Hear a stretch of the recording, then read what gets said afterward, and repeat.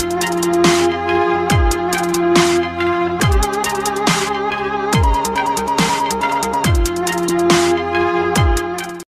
The angle में आप सभी का स्वागत है। इस वक्त की अहम खबरें लेकर मैं हूं आपके साथ नीतू शर्मा। सबसे पहले नजर डालेंगे सुर्खियों पर। महाराष्ट्र के औरंगाबाद में मालगाड़ी की चपेट में आने से 16 प्रवासी मजदूरों की मौत। प्रधानमंत्री मोदी और मुख्यमंत्री अशोक गहलोत ने जताया दुख। राहुल गांधी ने वीडियो कॉन्फ्रेंसिंग के जरिए मीडिया से की बात, कहा महामारी के खिलाफ मिलकर लड़ने की जरूरत, राज्यों को भी बनाए साझेदार। मुख्यमंत्री अशोक गहलोत ने बदला भाजपा सरकार का फैसला, रिक्त में प्रवेश के लिए आय सीमा की 2.5 लाख रुपए, 10वीं 12वीं परीक्षा पर नहीं हुआ निर्णय। और जयपुर के बाद जोधपुर को मिली प्लाज्मा थेरेपी से इलाज की अनुमति, टेली कंसल्टेंसी सेवाएं अब ई-मित्र के माध्यम से भी उपलब्ध। महाराष्ट्र के औरंगाबाद जिले में एक मालगाड़ी की चपेट में आने से 16 प्रवासी मजदूरों की मौत हो गई। करमाट पुलिस थाने के एक अधिकारी ने बताया कि जालना से भुसावल की ओर पैदल जा रहे मजदूर मध्य प्रदेश लौट रहे थे। उन्होंने बताया कि वे रेल की पटरियों के किनारे चल रहे थे और थकान के कारण पटरियों पर ही सो गए थे। अधिकारी ने बताया कि ट्रेन ने सुबह 5:15 बजे उन्हें कुचल दिया। सभी मजदूर मध्य प्रदेश के थे और जालना में स्टील कंपनी में काम करते थे। औरंगाबाद से ट्रेन मिलने की उम्मीद में जालना से औरंगाबाद जा रहे थे। घटना पर रेल मंत्रालय ने जाँच के आदेश दे दिए हैं। घटना को लेकर प्रधानमंत्री नरेंद्र मोदी ने दुख जताया है। राजस्थान के मुख्यमंत्री ने भी इस घटना पर शोक जताया है। महाराष्ट्र के मुख्यमंत्री उद्धव ठाकरे ने भी मृतकों के परिजनों का 5-5 लाख रुपए देने का ऐलान किया है। देश में जारी कोरोना संकट के बीच राहुल गांधी ने वीडियो कॉन्फ्रेंसिंग के जरिए मीडिया से बात की। कांग्रेस के पूर्व अध्यक्ष राहुल गांधी ने लोगों के बीच से कोरोना वायरस से जुड़ा डर का माहौल खत्म करने की जरूरत पर जोर देते हुए कहा कि इस संकट के खिलाफ सिर्फ प्रधानमंत्री कार्यालय से लड़ाई नहीं लड़ी जा सकती और ऐसे में प्रधानमंत्री नरेंद्र मोदी को मुख्यमंत्रियों पर विश्वास करना एवं राज्यों को साझेदार बनाना होगा।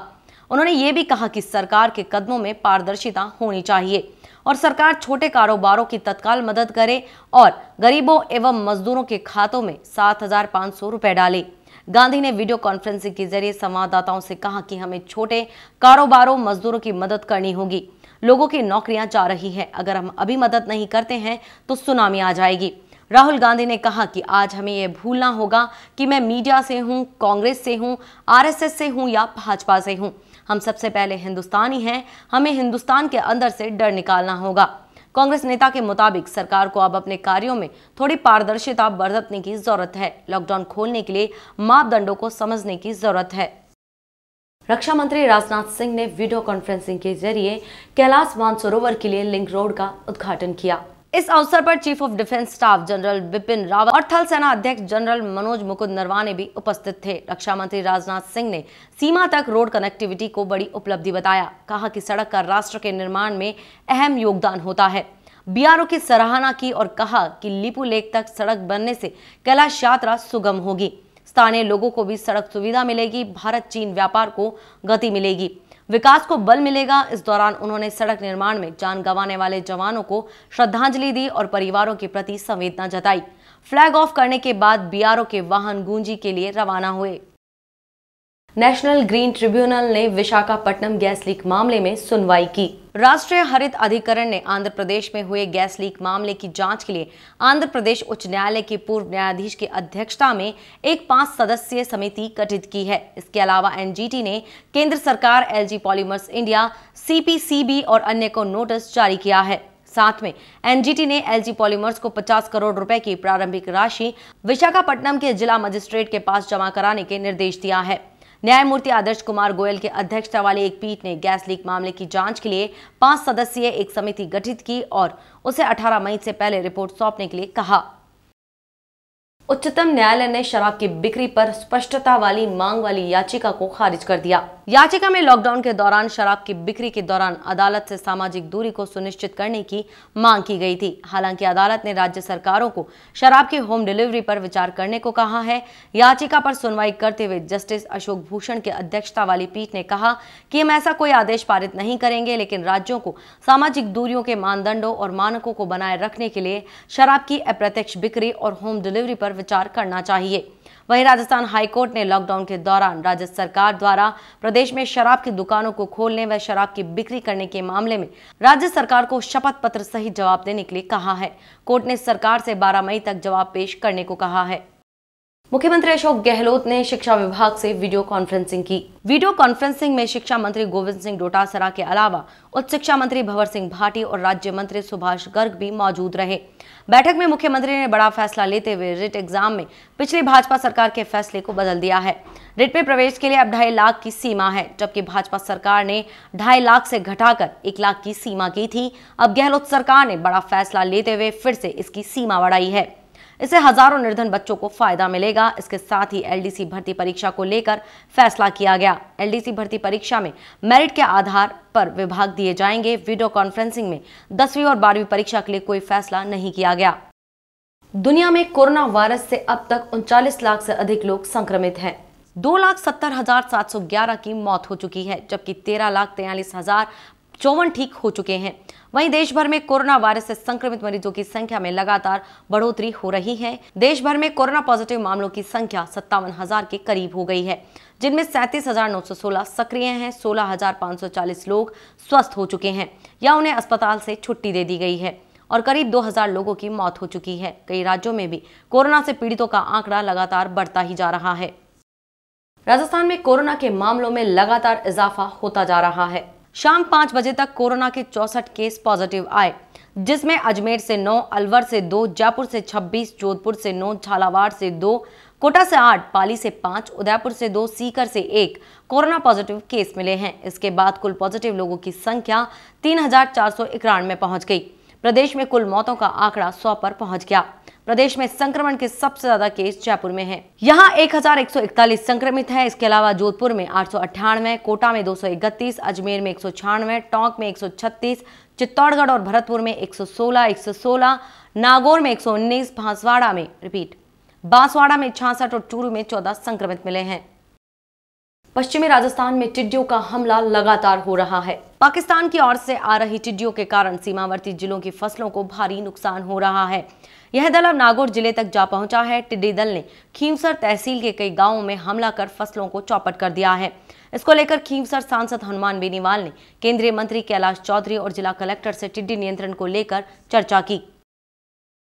चिकित्सा मंत्री डॉक्टर रघु शर्मा ने बताया कि आईसीएमआर ने जयपुर के बाद जोधपुर के राजकीय मेडिकल कॉलेज को कोरोना वायरस से संक्रमित लोगों का प्लाज्मा थेरेपी से इलाज के लिए ट्रायल की अनुमति दी है। अब प्रदेश में 2 सरकारी और 1 निजी चिकित्सा संस्थानों में प्लाज्मा थेरेपी के जरिए इलाज करवाया जा सकेगा। डॉक्टर शर्मा ने बताया कि कोटा, बीकानेर, अजमेर और उदयपुर मेडिकल कॉलेज को आईसीएमआर से ट्रायल की अनुमति लेने के निर्देश दिए हैं, ताकि प्रदेश के ज्यादा से ज्यादा मेडिकल कॉलेजों में प्लाज्मा थेरेपी की सुविधा को विकसित किया जा सके। वहीं चिकित्सा मंत्री डॉक्टर रघु शर्मा ने कहा कि चिकित्सा एवं स्वास्थ्य विभाग द्वारा प्रारंभ की गई टेली कंसल्टेंसी सेवाओं का लाभ प्रदेश के समस्त ई मित्र केंद्रों के माध्यम से भी किया जा सकता है। डॉक्टर शर्मा ने बताया कि कोरोना को ध्यान में रखते हुए प्रदेशवासियों के लिए ई-संजीवनी OPD.in पोर्टल लॉन्च किया गया था। इसके जरिए आमजन घर बैठे गुणवत्तापूर्ण चिकित्सा परामर्श व सेवाएं निःशुल्क प्राप्त कर सकते हैं। ट्रायल की परमिशन दी है आईसीएमआर ने, तो राजस्थान में सरकारी क्षेत्र का तो ये दूसरा मेडिकल कॉलेज होगा और टोटल जो प्लाज्मा थेरेपी की सुविधा शुरू हुई वो 3 जगह हो गई। हमने मेडिकल कॉलेज कोटा को, बीकानेर को, अजमेर को और उदयपुर को भी कहा है कि वो भी आईसीएमआर से इसकी स्वीकृति लेवें ट्रायल की, ताकि ज्यादा जगह पे प्लाज्मा थेरेपी की सुविधा हम डेवलप कर सकें। राजस्थान में कुल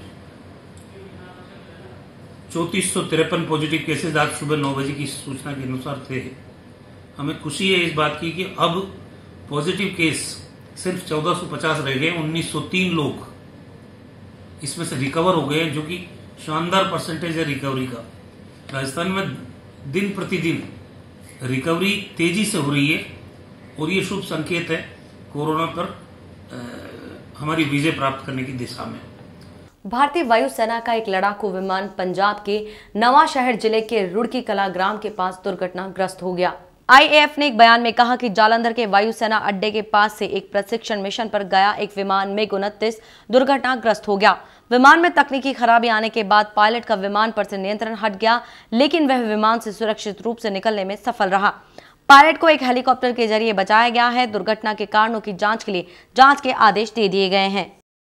देश में इस समय कोरोना का कहर है, इसके चलते देश और प्रदेश में लॉकडाउन है। लॉकडाउन का अच्छी तरह से पालन हो, इसके लिए पुलिसकर्मी 24 घंटे अपनी सेवा दे रहे हैं। वे लोग हर समय मुस्तैदी से अपना फर्ज निभा रहे हैं। पुलिस के इन्हीं जज्बे को सलाम करने के लिए सदर थाना पुलिस की टीम का जयपुर हसनपुरा के नवयुवक मंडल नई ढाणी शांति नगर की ओर से उनका फूलों से स्वागत किया गया। स्थानीय लोगों ने पुलिसकर्मियों का माला पहनाकर स्वागत किया। नवयुवक मंडल की ओर से पुलिसकर्मियों को सैनिटाइजर भी दिए गए। जगह जगह इन कोरोना वॉरियर्स का स्वागत किया गया। इनके स्वागत में पूरी कॉलोनी ने जमकर पुष्प की वर्षा की और पुलिसकर्मियों को गोविंद देव जी की प्रतिमा भी भेंट की। राजस्थान में जोधपुर जिला कोरोना का हॉटस्पॉट बना हुआ है।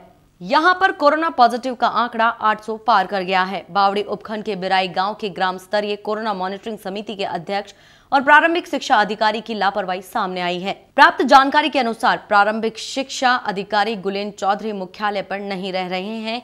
1 मई के बाद से मुख्यालय पर नहीं रह रहे हैं।